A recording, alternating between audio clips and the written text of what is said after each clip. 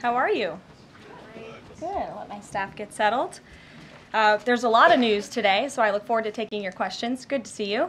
And I have some updates for you as well. Later today, President Trump will address the Business Roundtable's quarterly meeting, where he will tout his pro-growth economic agenda and answer questions before more than 100 of our nation's leading CEOs.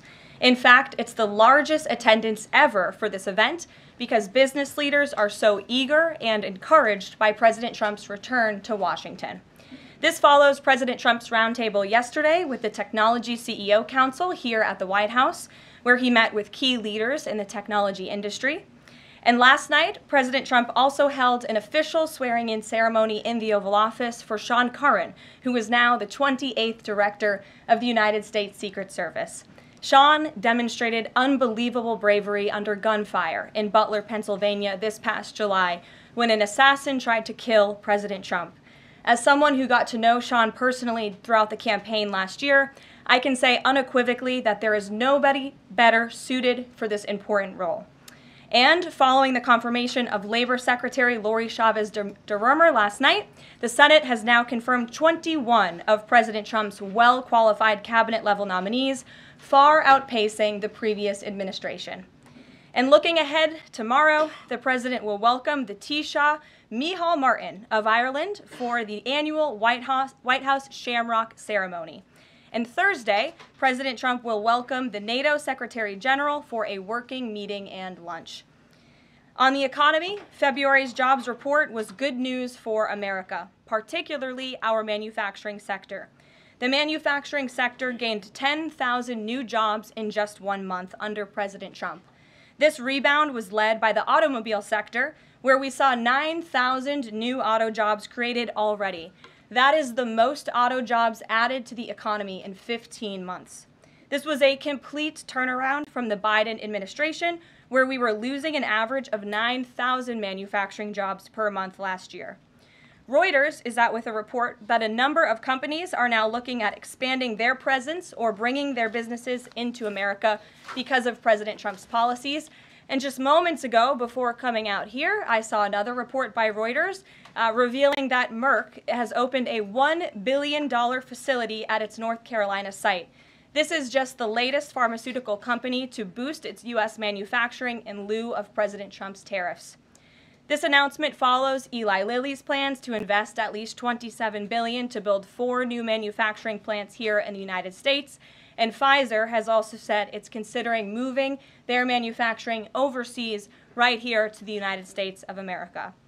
As the president has said over and over again, when we purchase products made in the USA, the profits stay here, the revenue stays here, and most importantly, the jobs stay here. And despite the globalist mainstream media's attempts to worry consumers, President Trump will not repeat the trend of past American presidents who broke their promises to the American public and smiled while they stuck a knife in the back of American workers and shipped their jobs overseas. Our country has lost more than 5 million jobs in more than 90,000 factories due to devastating globalization over the last 3 decades alone.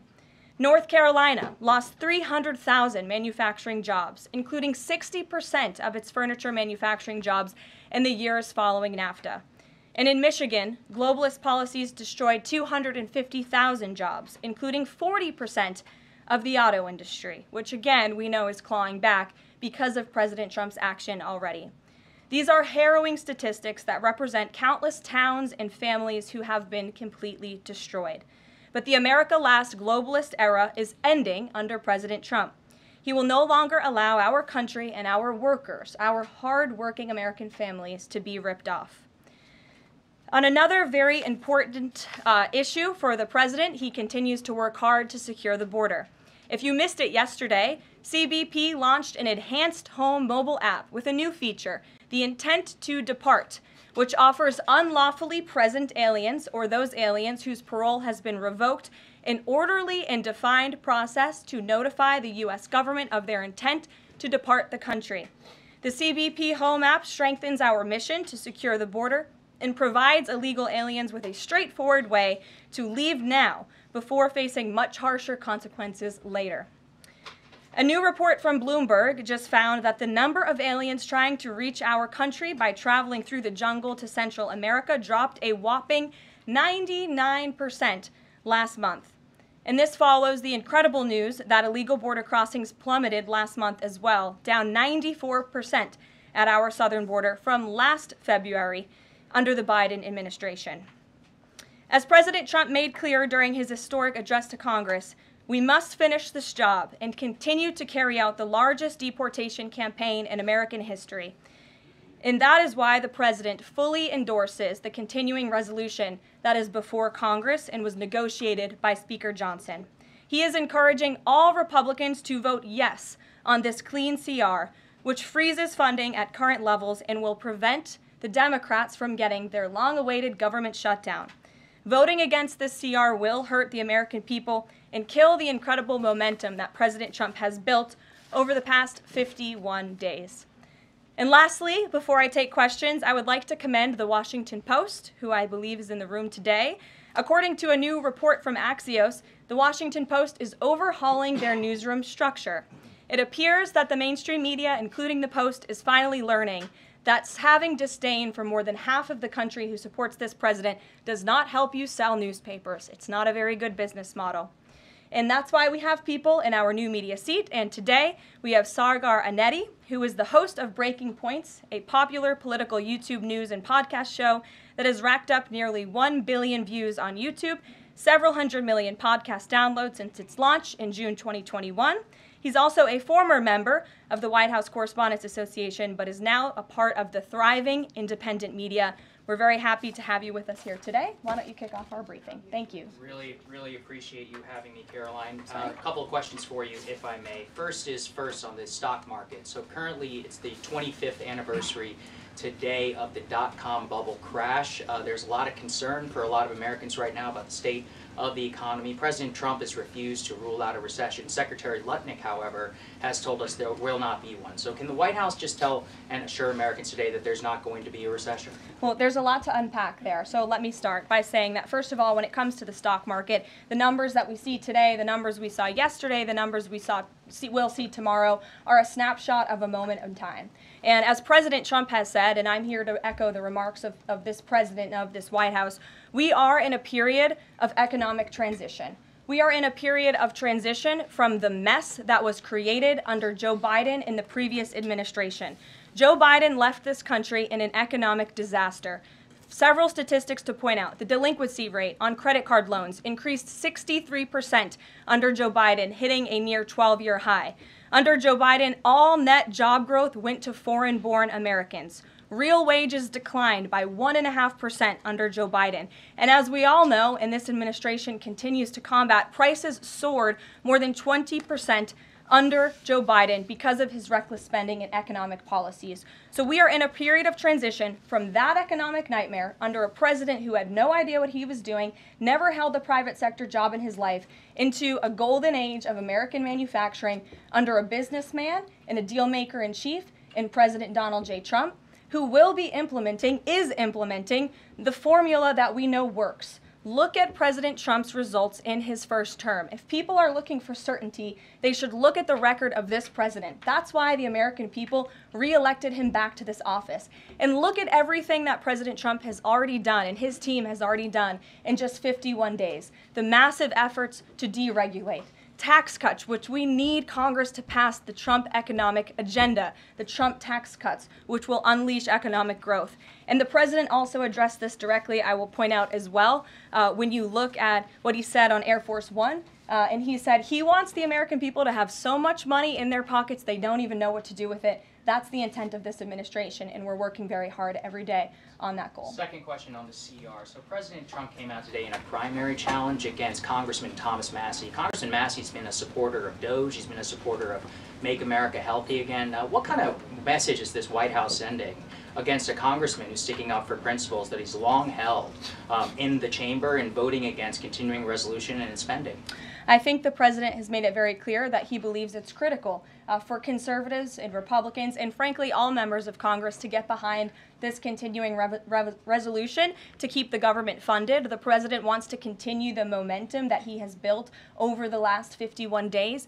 In order to keep the government funded, we got to keep moving with these deportations, and he believes that everybody needs to get on board with this bill. He's been active in this process. He's been making calls to get this over the finish line, and we're urging every Republican, and Democrats too, to do what's right for the American public to prevent a government shutdown. Just the last question here on Mahmoud Khalil. Does the administration believe that it needs to charge a green card holder with a crime to be eligible for deportation?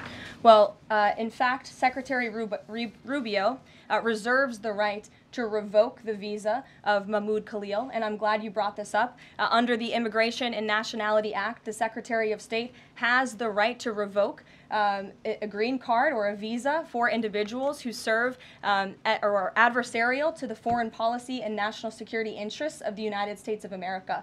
And Mahmoud Khalil was an individual who was given the privilege of coming to this country to study at one of our nation's finest universities and colleges. And he took advantage of that opportunity, of that privilege, by siding with terrorists, Hamas terrorists who have killed innocent men, women, and children. This is an individual who organized group protests that not only disrupted college campus classes and harassed Jewish American students and made them feel unsafe on their own college campus, but also distributed pro-Hamas propaganda, flyers with the logo of Hamas. That is what the behavior and activity that this individual engaged in. And I have those flyers on my desk. They were provided to me by the Department of Homeland Security. I thought about bringing them into this briefing room to share with all of you, but I didn't think it was worth the dignity of this room to bring that pro-Hamas propaganda. But that's what this individual distributed on the campus of Columbia University. And this administration is not going to tolerate individuals having the privilege of studying in our country and then siding with pro-terrorist organizations that have killed Americans. We have a zero-tolerance policy for siding with terrorists, period. Peter Ducey. Thank you, Karoline. So you said that the Dow dropping and dropping and dropping is a period of transition. You're sure nobody here at the White House shorted the Dow? No, I don't think so. Okay. But is there any concern here that it's going to be harder to ask certain federal workers to retire if they look at their retirement accounts and they're getting robbed every day? Well, I'm glad you brought up workers, because that's exactly who President Trump is looking out for with his America First trade policy and his America First economic agenda. And if you look at, there's great indication to be optimistic about where the economy stands. And the American people, investors, CEOs, small business owners, but most importantly workers, should bet on President Trump, because his tariff policies, what he envisions is reciprocity, fair trade practices where American workers are put first and are no longer ripped off by foreign countries all over this world. President Trump says he's going to buy a Tesla today. Did he buy it? And when is the last time he drove a car? That's a very good question. I have heard the president remark that he misses being able to drive, that luxury of driving his own vehicle, although the beast is nice, but he is going to be viewing a Tesla that is making its way to the White House complex now, I can confirm. Perhaps the press pool today will have an opportunity to witness this very exciting moment later this afternoon, but a Tesla is on its way here now, and we'll see if the president likes it when he checks it out. So they're bringing him a Tesla to look at, and if he likes it, he's just going to buy it. You know, he's intent on, he's definitely going to buy one, but he'll take a look at it when it gets here later this afternoon. Full retail? Yes, full market price. Kelly. Can we talk about Canada? What is the status of President Trump having a conversation with Mark Carney? We have seen the president use the term governor to refer to Justin Trudeau. Will that moniker also go to Mr. Carney going forward? And is the decision to increase the tariffs, is that based on a specific economic metric that he looked at? Is it impulse? How would you describe his reaction to Canada? The president has not yet spoken to Mr. Carney, not since I checked, which was just moments ago. But certainly his phone is always open to leaders who wish to speak with him. As for the tariffs, the president made his position on this quite clear with the statement that he put out. And it was a retaliatory statement due to the escalation of rhetoric that we've seen out of Ontario, Canada. The president saw the Premier, Doug Ford, make an egregious and insulting comment threatening to shut down electricity for the American people, for hardworking American families. He made that threat. The president saw that and has an obligation and a responsibility to respond accordingly and represent the interests of the American people. So he has made the decision to add a 25% tariff. So now steel and aluminum tariffs will come into effect tomorrow at the rate of 50%. And our steel and aluminum industries have actually applauded these tariffs because, again, they know it's going to grow their industry here. It's going to allow them to export more steel that is made right here in the United States with American workers. Egregious and insulting are your words here, but that's what many Canadian leaders have said about the actions President Trump has taken toward Canada. And what do you think the timeline is for speaking to Mr. Carney? Because normally a sitting president speaks to a close ally very quickly when there's new leadership. Well, the president is, again, responding to the fact that Canada has been ripping off the United States of America and hardworking Americans for decades. If you look at the rates of tariffs across the board that Canadians have been imposing on the American people and our workers here, it is egregious. In fact, I have a handy-dandy chart here that shows not just Canada, but the rate of tariffs across the board. If you look at Canada, since you brought it up, American cheese and butter, nearly 300% tariff.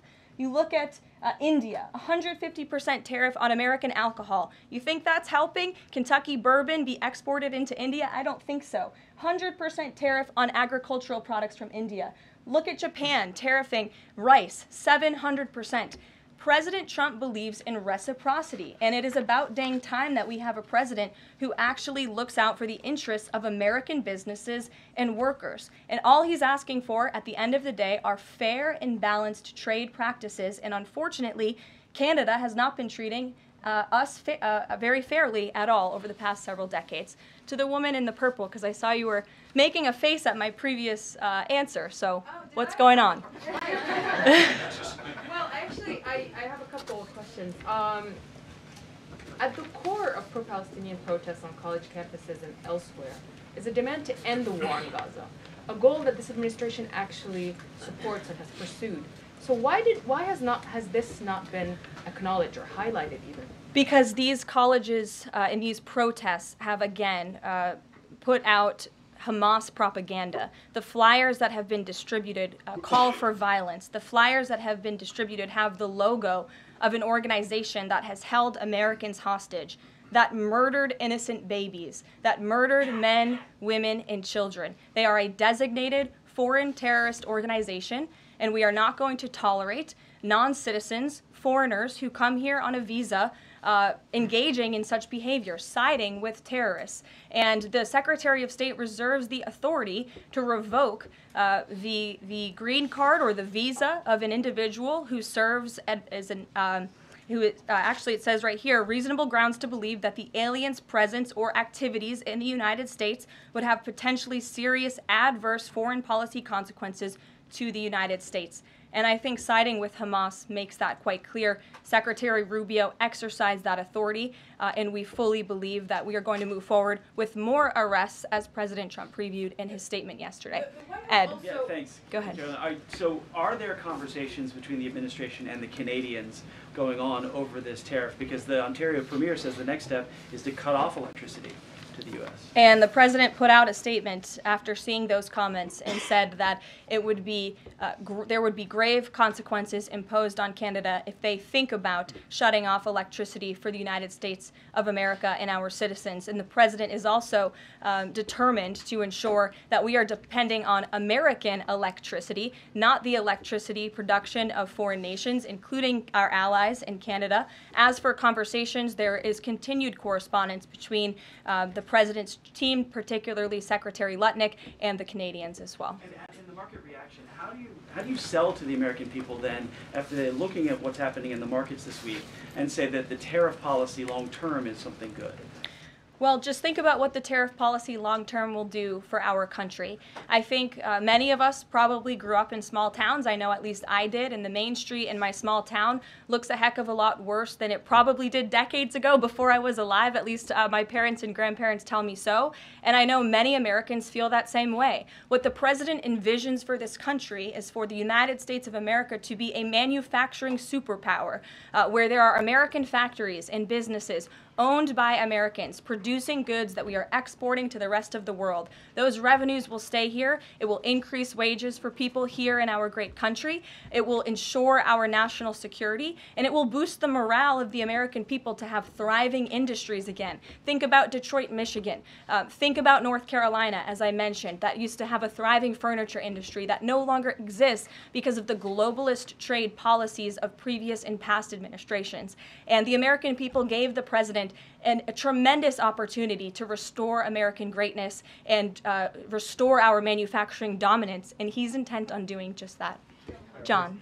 Thanks, Caroline. Two questions for you. First, on the CR, you put up on the screen the president's message to Republicans to support this continuing resolution. Is there outreach to Democrats? Because what we've seen since the beginning of the fiscal year is that in order to get a continuing resolution, you need bipartisan support and you need compromise. Well, right now, we are focused on House Republicans and on the House, because that's the first step, as you know, John. And so the president has engaged in correspondence with House Republicans, whipping votes and getting them to a yes, which I understand has been pretty successful this morning thus far. And so, again, the president is encouraging Republicans especially, but again, as I said, all members of Congress to vote to continue funding this government so we can continue the business of the American people, which elected President Trump to do. And then on financial markets, we've seen this decline yesterday. We see it today as well.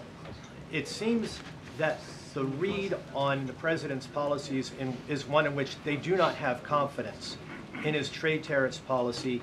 They do not have confidence in what the president said to Fox News over the weekend, that he didn't rule out the idea of a recession. What is your read in terms of the decline that we've seen over the last week and a half in financial markets? Well, I think there's actually a lot of reason to be confident, and many people do feel confident. Just look at the nearly $2 trillion in private investment that this president has secured. Look at the comments made by the CEO of Apple, one of the biggest companies in this world, who said that he is bullish on the future of American innovation under the leadership of President Trump. Look at CEO confidence. According to the Conference Board measure of CEO confidence, in Q1 2025, under the leadership of this president, it jumped to its highest level in 3 years, from cautious optimism to confident optimism. If you, again, look at the $2 trillion in investments from some of the biggest companies in the world. Look at the jobs report last Friday, as I also cited in my opening remarks. Fox Business reported that Trump sees a manufacturing boom in first full jobs report of his second term. Look at the auto jobs that have already poured back into America. We added 9,000 new auto jobs. Those are sticky jobs. Those are good paying jobs. That's 9,000 American families who will now be able to live the American dream because of the policies of this administration. You also look at small business optimism. The NFIB put out a report this morning. Small business optimism continues to be far higher than it ever was under the previous administration. There's a lot of reason to be optimistic. And again, the American people, CEOs and people on Wall Street and on Main Street should bet on this president. He is a deal maker, he is a businessman, and he's doing what's right for our country. He wants to restore wealth to the United States of America. Michael, good to see you. Hey, Caroline, thank you. Two questions, if I may. Will the administration be providing any relief to states affected by the Ontario power tariff? Well, the president has made it very clear that Canada would be very wise not to shut off electricity for the American people, and we hope that that does not happen. As for what would happen if that does take place, I'll leave it to the president to make those decisions. And does President Trump share the Justice Department's concern over rising egg prices and possible collusion of big egg? Well, we definitely We definitely do share the concerns of the American people when it comes to the price of eggs. However, good news, the average cost of a dozen eggs is actually down since Secretary Rollins and President Trump announced their plan. It's down $1.85. So that's good news on the cost of eggs. And as we know, under the Biden administration, egg prices went up 22%. This is another example of an economic mess that President Trump inherited, and the Secretary of Agriculture and the President are focused on fixing it. Secretary Rollins put out a 4-point plan rather, to address this crisis, and she has been honest and realistic with the American people, as this administration always is. It will take about 3 to 6 months to get the egg supply back to where it should be, but she's focused, and this administration is focused on doing that every day. Karen. Thanks, Caroline. Just back on the markets, you said that what we're seeing this week right now on Wall Street is a snapshot of a moment in time. But does the president think he bears any responsibility for the turmoil in the stock market this week? Look, the president is unwavering in his commitment to restore American manufacturing and global dominance, and I think he doubled down on that this morning with his new statement and the tariffs that will be implemented tomorrow on steel and aluminum. And he has said recently he's not looking at the market. He said you can't really watch the stock market, but all of the gains since Election Day have been erased in the S&P 500. At what point, how far do stocks have to fall before the president considers it a factor and changes course? Again, as I just said, the president will look out for Wall Street and for Main Street, just like he did in his first term, and people on Wall Street and Main Street should bet on this president. He's doing what's right for this country. Nick, good to see you. Good to see you too. Thank you, Caroline. So, is the president prepared, like what we saw with Congressman Massey, to pressure other Republican lawmakers into supporting this continuing resolution? Well, he is very much, as I said, engaged in this process. He's been making calls to lawmakers on Capitol Hill, and I think his statements against Congressman Massey speak for themselves, and I will let the president put out any additional statements if he chooses to, but he fully expects all House Republicans to vote for this continuing resolution. And just to follow up, can we start to anticipate seeing more of the president weighing in on upcoming 2026 races like we saw this morning? I'm not sure about that. I'm not even sure if I'm allowed to speak about that from this podium. I would check in with our outside political team for guidance on future races and the president's involvement. Elena. Thank you. I wanted to ask about some comments Elon Musk made yesterday. He said that there is $500 to $700 billion in waste and fraud and entitlement spending. He called it, quote, the big one to eliminate. Earlier this month, he also referred to Social Security as a Ponzi scheme. Should Americans expect changes, big changes, to Social Security and Medicare? President Trump has been unequivocally clear on this. He is going to protect Social Security and Medicare benefits and Medicaid for hardworking Americans who paid into these entitlement programs and deserve those hard-earned benefits. And unfortunately, the mainstream media has taken Mr. Musk out of context. I saw a Bloomberg headline that our team actually worked on getting updated and fixed because it was so wrong, and it took Mr. Musk out of context. What he was specifically referring to cutting was the waste and the fraud and abuse that does exist in these programs. According to an IG report from the Social Security Administration, there's more than $70 billion of fraud in the Social Security program alone that we know of. And so the president will continue to protect these programs for hard-working Americans, and actually cutting the waste, fraud, and abuse out of these programs will protect it for hardworking Americans. But Caroline, respectfully, he said around $500 to $700 billion. There was no evidence to claim that, and also if that is the case, that would represent more than a third of what Social Security paid out last year, maybe 20% of Social Security and Medicare. Again, if you read his full quote, he said, we think, so it's an estimate based on what he's seen. He's not saying definitively, he's saying that's what DOGE suspects and thinks. And that's exactly why DOGE was created, to ensure that we are investigating the fraudulent spending, the wasteful abuse across our federal government. And I would remind everybody in this room that 77% of the American people support this effort by Elon Musk and DOGE to identify such waste, fraud, and abuse. Caroline. Go ahead. Thanks, Caroline. For You're doing welcome. This. If we could just step back for a second. When President Trump last addressed the BRT when he was on the campaign trail, his big push was on tax cuts. He's going there today as he's proposing tax hikes in the form of tariffs. Not and true. I'm curious He's not for doing why that. he's prioritizing that over the tax cuts. He's actually not implementing tax hikes. Tariffs are a tax hike on foreign countries that, again, have been ripping us off. Tariffs are a tax cut for the American people, and the president is a staunch advocate of tax cuts. As you know, he campaigned on no taxes on tips, no taxes on overtime, no taxes on Social Security benefits. He is committed to all three of those things, and he expects Congress to pass them later this year. I'm sorry, have you ever paid a tariff? Because I have. That's they it. don't get charged on foreign companies, they get charged on the importers. And ultimately, when we have fair and balanced trade, which the American people have not seen in decades, as I said at the beginning, revenues will stay here, wages will go up, and our country will be made wealthy again. And I think it's insulting that you're trying to test my knowledge of economics and the decisions that this president has made. I'm now regret giving a question to the Associated Press. Mary, go ahead. Hey, Caroline. I have two, if that's okay. The first one was on Russia, Ukraine. I know Special Envoy Witkoff said yesterday that Zelensky apologized in his letter to Trump. Can you share any more about that letter and what else might be interesting from it that we don't know? Yes, the president did reference that letter, as you're saying, in his joint address to Congress. And I do have an update. As you know, Secretary of State Rubio and our National Security Advisor Mike Waltz have been negotiating with the Ukrainians today in Saudi. They will be providing a full readout of that meeting very soon. But I can assure you and everybody here and the American people that the news we've received from that meeting throughout the day and the president has been briefed on is positive. This meeting has been productive. I will let Secretary of State Rubio and our National Security Advisor speak to the specifics of what has taken place today when they are ready to do so when the meeting concludes. Lindsay, go ahead. Thank you, Caroline.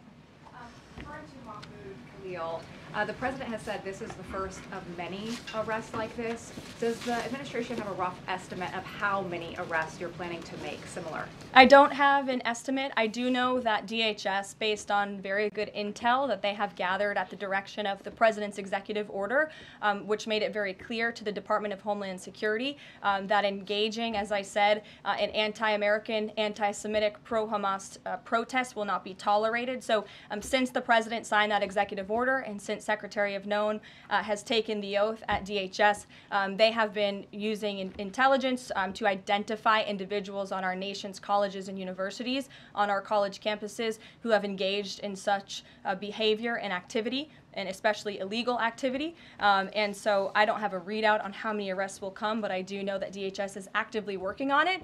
And I also know that Columbia University has been given the names of other individuals who have engaged in pro-Hamas activity, and they are refusing to help DHS identify those individuals on campus. And as the president said very strongly in his statement yesterday, he is not going to tolerate that, and we expect all America's colleges and universities to comply with this administration's policy.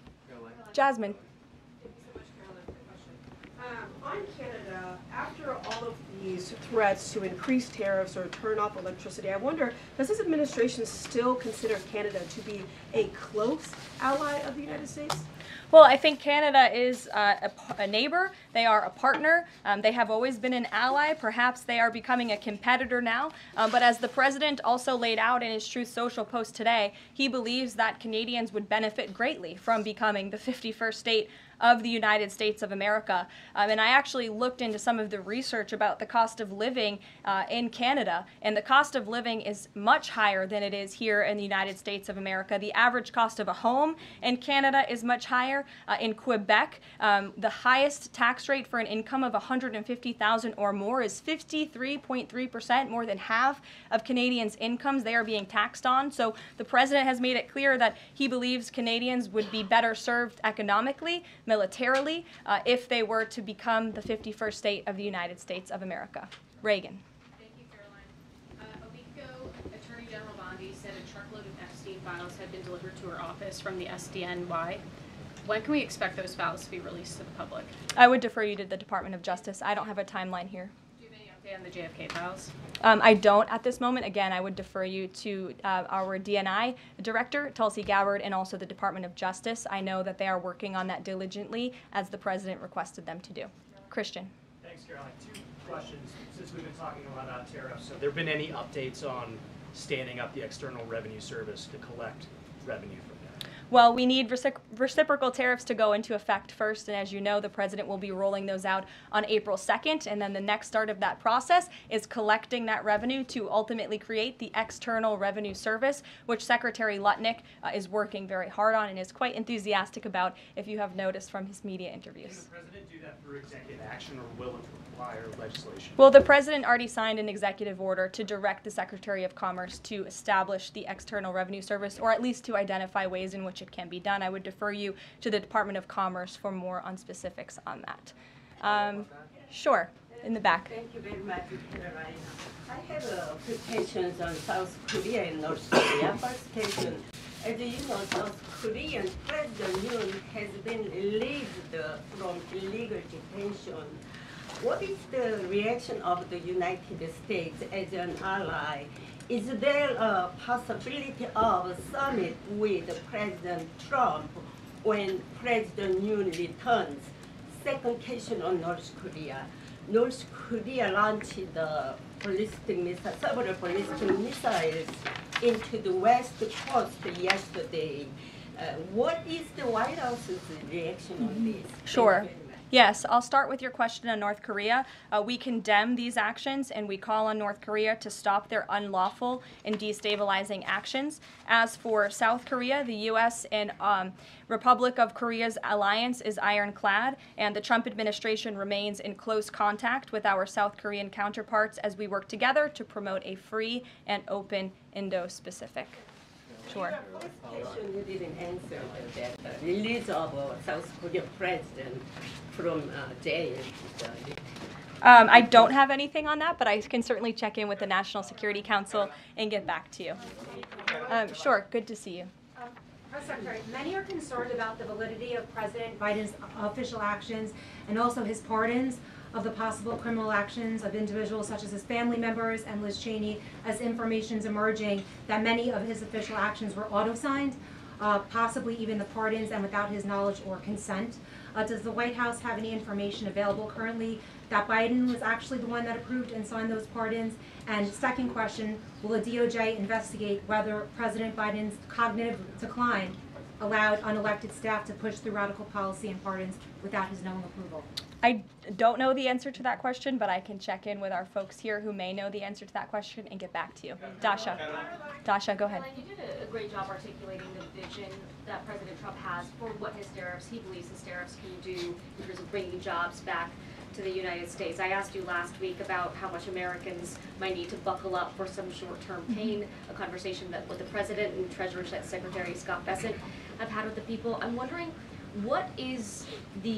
how high is the pain threshold for President Trump and for this White House as you watch some of the turbulence in the stock markets, as you field concerns from businesses and potentially see some of those approval ratings drop in the short term? How much is he willing to stomach that, and will he stay committed to his vision for tariffs even as all of this comes up? Well, the president has been working hard every single day to alleviate the pain that was inflicted by the previous administration through massive deregulation, through drill baby drill, as we like to call it, unleashing the might of our energy industry, which we know will ultimately drive down costs for consumers here at home. And again, as I mentioned, the president is intent on signing tax cuts for the American people to put more money back into their pockets, which will ultimately unlock consumer confidence. And again, I'll reiterate the president's words in layman's terms as he does best. The president wants the American people to have so much more money in their pockets, they don't know what to do with it. That's the goal of this administration, through tariffs, through tax cuts, through deregulation, and through unleashing the potential of our energy industry. I have two more quick notes before I wrap up. April 28th, I can confirm that the Philadelphia Eagles will be here at the White House to celebrate their Super Bowl victory. I know there was a lot of fake news about an invitation that wasn't sent or was sent. We want to correct the record. We sent an invitation. They enthusiastically accepted, and you will see them here on April 28th. And lastly, on a sad note, I would like to express our condolences to Fox News and to the entire Fox family who did lose a cameraman, Craig Savage, who passed away at 61 years old told recently, a very tragic death, an individual who was a great man and covered this building for many, many years. So the entire press office, the communications office here wants to express our condolences with his family and also with Fox News. And I'll see you guys later. Perhaps you'll see the president in a Tesla later this afternoon. Have a good one. Thanks.